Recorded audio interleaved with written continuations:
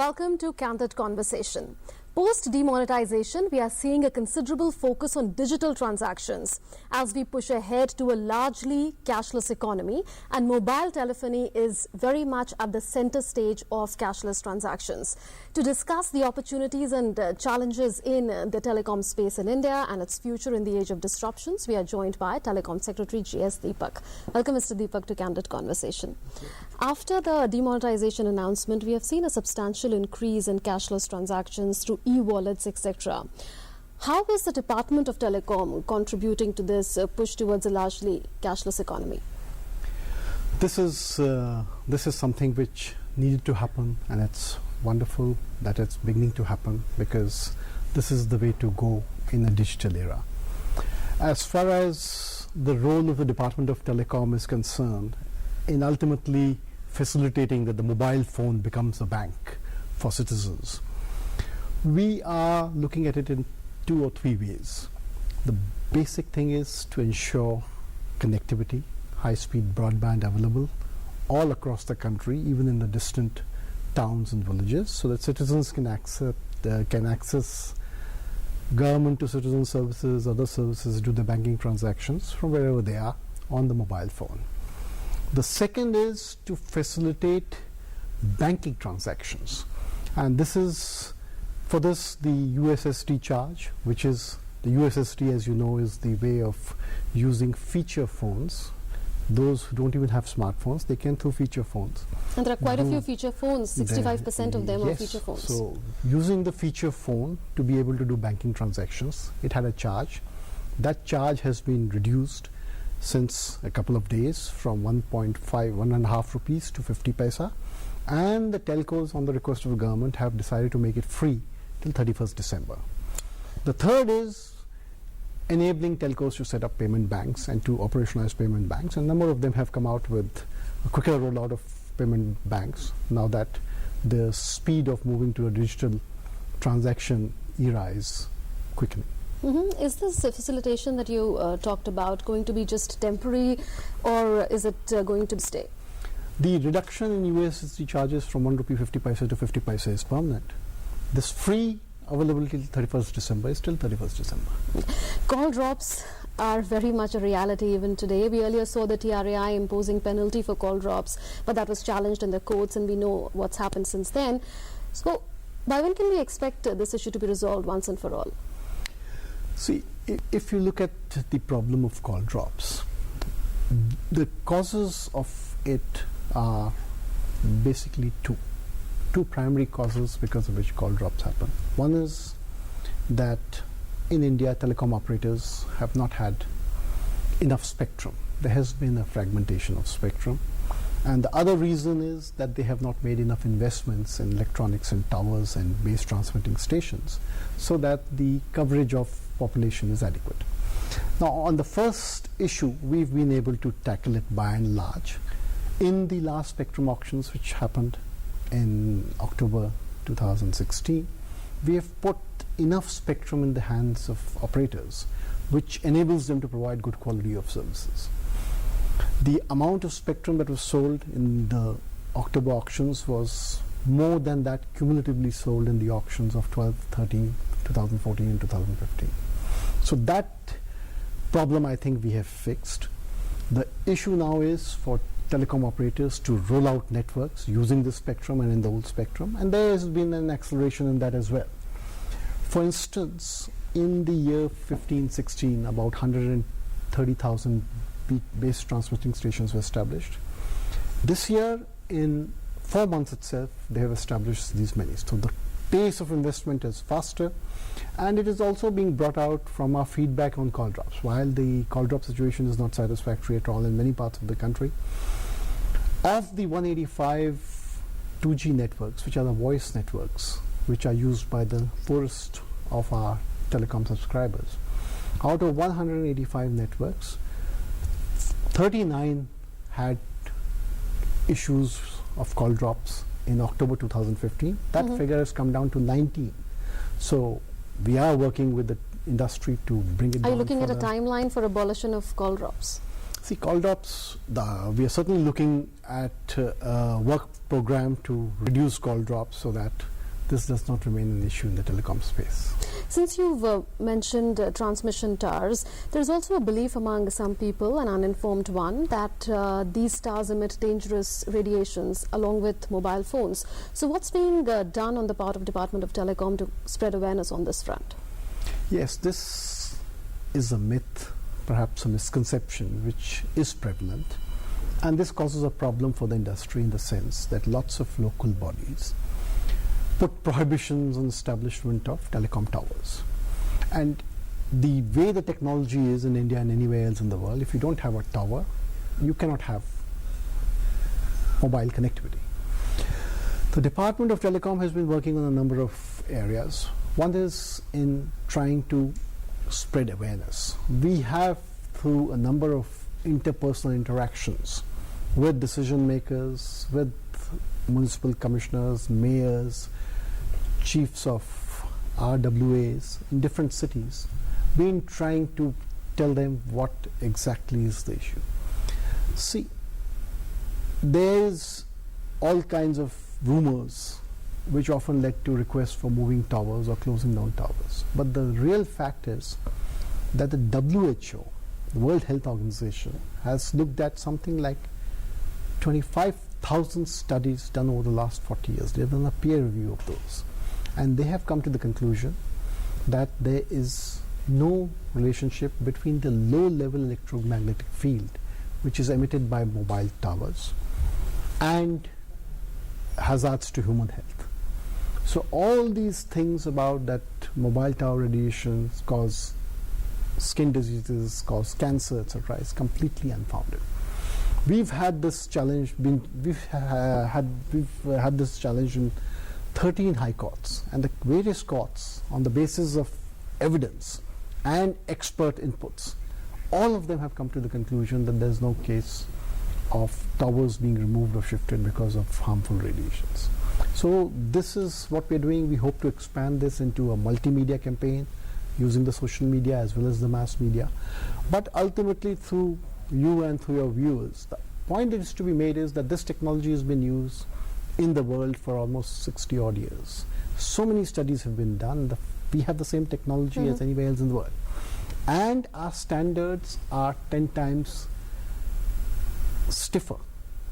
So whatever the standard is there in Europe, US or in Japan, our standards are 10 times more stringent. And we have an enforcement mechanism which provides for very strict penalties if telecom operators exceed transmission limits. So there's hardly any case which we come across where there is more radiation than that is permissible. So that should set most of the doubts to rest, hopefully, and like you are saying, you will continue with your awareness creation programs. But we are also seeing a survey that was done by TRAI earlier this year on internet speeds that are offered by various mobile service providers, and it was found out that those offering 4G internet services are not even giving speeds of 3G internet, and likewise for 3G. I know that regulation is the domain of TRAI, but how is the Department of Telecom ensuring that consumer interests are protected?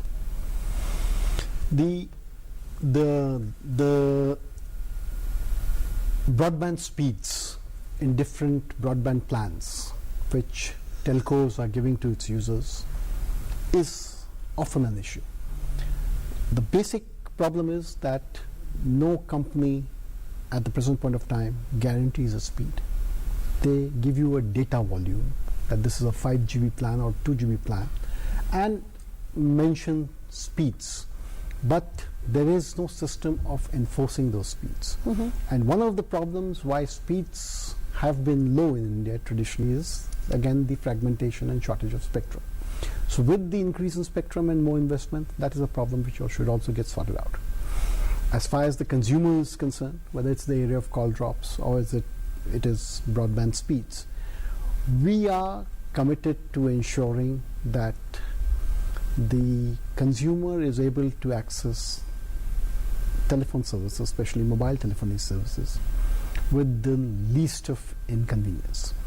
As far as problems of promises by telecom companies is concerned, we are suggested to the Department of Consumer Affairs to amend the Consumer Protection Act to provide an avenue where consumers can go to consumer courts if they have issues. We are suggesting to the Department of Consumer Affairs that they should amend the Consumer Protection Act so that telecom consumers also are enabled to go to consumer courts for seeking redress if they do not get the promised quality of services. This would be in addition to going to the company and to the call centers and seeking redress. They would ultimately have this. So this is something which is work in progress. We were talking about internet speed earlier. According to a report that was released in March, India has the lowest internet speed connection in Asia. So by when do you expect things to change dramatically? See, things have begun to improve in areas. It is a question of the number of people who are accessing internet. Today, India is the second largest internet country in the world, and the infrastructure has to grow. So in certain areas, you have speeds of 4 Mbps, you have 8 Mbps, 10 Mbps, and so on and so forth. Many areas you are still at 256 kbps and 512 kbps, which are low speeds suitable only for message transmission and not good for video, for instance. So with the larger blocks of spectrum available, the constraint for providing higher speeds on mobile networks is no longer there.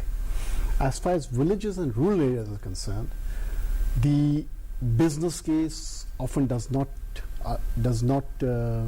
motivate private companies to go there. So through the BharatNet program, we are trying to reach out to Gram Sabhas and provide something like 80 to 100 Mbps connectivity at Gram Sabha, and we should be able to provide this in about 100,000 Gram Panchayats by March of next year.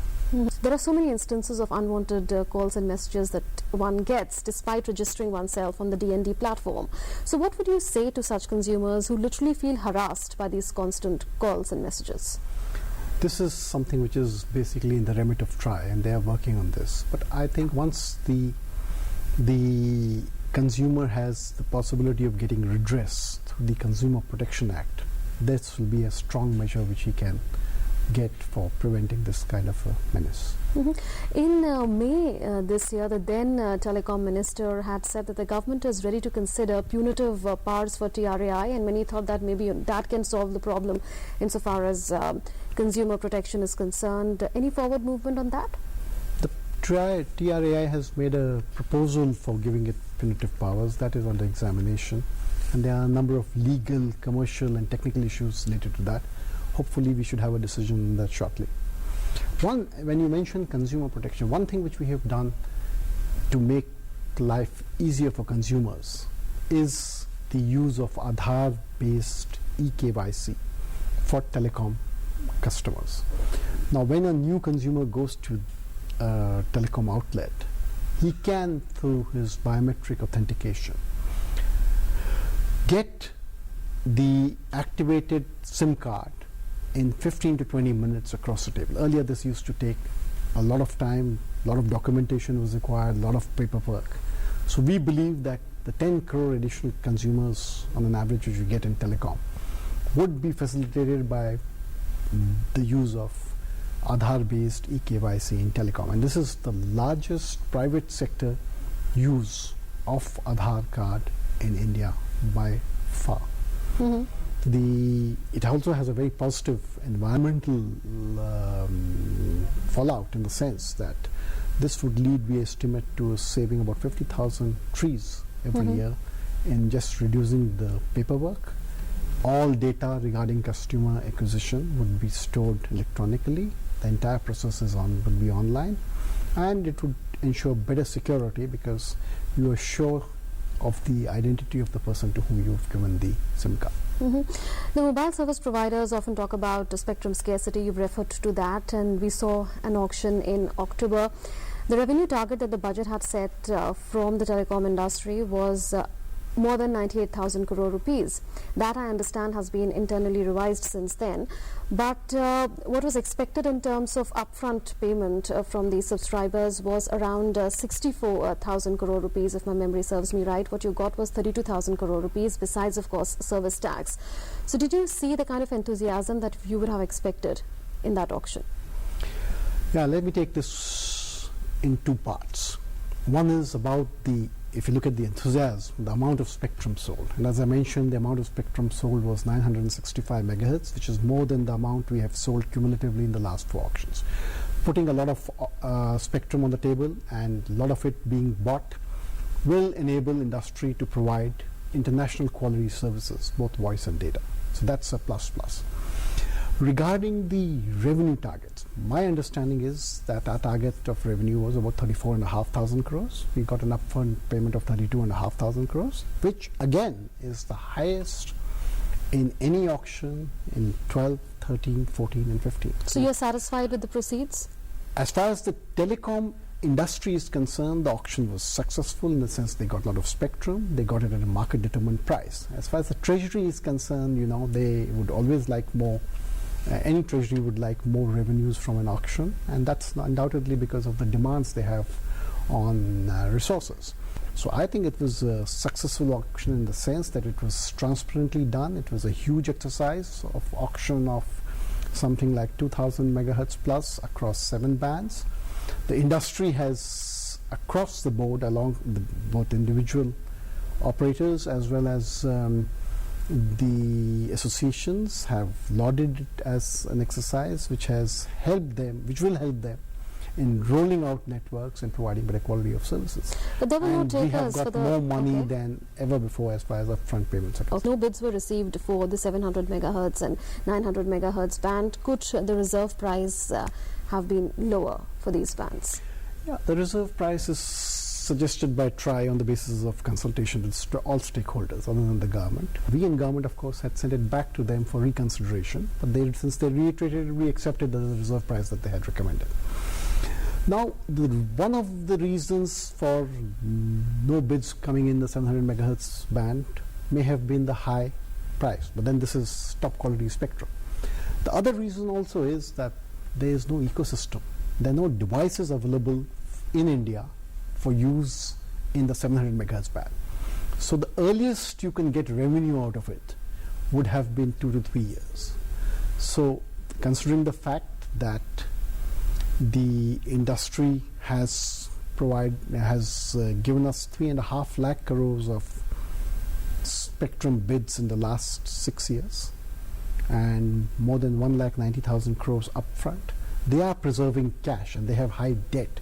Mm-hmm. So they are preserving cash for the marketplace, especially in light of the new launch also, to maintain their market shares. So it is understandable that the absence of the ecosystem, high price, as well as the need to preserve cash to retain market share are 3 reasons why there have been no bids in 700 MHz spectrum. Okay. We will put it again to auction next year, and hopefully So there's another round of spectrum auction next year. We expect that there should, I personally believe that there should be a roadmap for spectrum auctions. Every year we should do an auction so that the industry also knows what spectrum is going to be put on the table. They can plan for it and they can allocate resources for spectrum purchase as well as for rollout of infrastructure and setting up towers. Okay. Now Reliance Jio came into the telecom space, and after that we saw a fight between the mobile service providers, and TRAI is handling that issue. But from the perspective of the government, how does the government view the telecom industry, the challenges within this industry as we see a shift from voice to data? The telecom industry, as you know, is a private sector driven industry. 90% plus is private sector. So whenever there is a new player coming into the market, there is turbulence and these kinds of issues come up. As far as the government is concerned, we are clear about 2 things. 1, that there should be a level playing field, and 2, that customers of every network should be able to interconnect seamlessly with customers of any other network. Mm-hmm. While the nitty-gritties of interconnect and the commercial arrangements are in the remit of TRAI, we are committed that we'll work to maintain a level playing field between all operators, the incumbents as well as the newcomers, and we will ensure that there should be interconnection between their customers of different networks, which form part of the telecom industry. Now, BSNL has abolished roaming charges across the country, but that's not the case with many private telcos. Will no roaming charges across the country, across mobile service providers, become a reality anytime soon? Pricing in telecom, as you know, is on forbearance. Industry is free. A telco is free to decide its charges. And time and again, TRI comes out with pricing orders if there is regulation required. However, as far as we are concerned, our long-term strategy is that in telecom, which is a scale business, we should ensure that the efficiency keeps increasing. We have the latest technology, and the efficiency keeps increasing so that the benefits of efficient operation can be passed down by operators to consumers. See, this is a very highly competitive sector. There's real competition and the consumer has a real choice. So if efficiency can be increased, for instance, by providing larger blocks of spectrum, you know, the spectrum efficiency goes up exponentially with increase in volumes. So if efficiency can be increased, if the same service can be provided by the telco at half the price or a quarter of the price, chances are that that will be passed on to the consumers. So the government focus is to try to increase efficiencies through harmonization, through interoperability, ensure that scales are there both on the telecom service side as well as on the device side, and ultimately the benefit gets to the consumer in the form of lower prices. That's been happening. The price in India of connectivity of mobile connectivity is by far the lowest in the world, and it has been decreasing. It used to be 1 rupee a minute, then it became 1 paise a second, now it is free voice. So the consumer, I would say, has got a good deal and value for money. Okay. Since you said that this sector is so competitive, what's the future that you see for BSNL and MTNL, the state-run companies? And is the government considering privatization? The problems of BSNL and MTNL are legacy problems by and large. See, when the corporatization of the Department of Telecom Services and the Department of Telecom Operations took place and BSNL and MTNL were created in 2000 and 1996 respectively, all the employees who were there in the Department of Telecom were transferred to BSNL and MTNL. With the change in technology and the movement from landline to mobile as the key medium of telecom service, most of these employees have been rendered surplus. But since they are old government employees, the salary burden is on these companies. Today, BSNL staff costs are 67% of its top line. MTNL staff costs are about 80% of its top line. So we are working, and that's one of the reasons why they're not able to invest, why not able to replace equipment, provide the kinds of services which consumers expect. Fortunately, there's attrition, people are retiring, and we are looking to aggressively reduce staff costs as a percentage of revenue, so that they can invest and improve their services.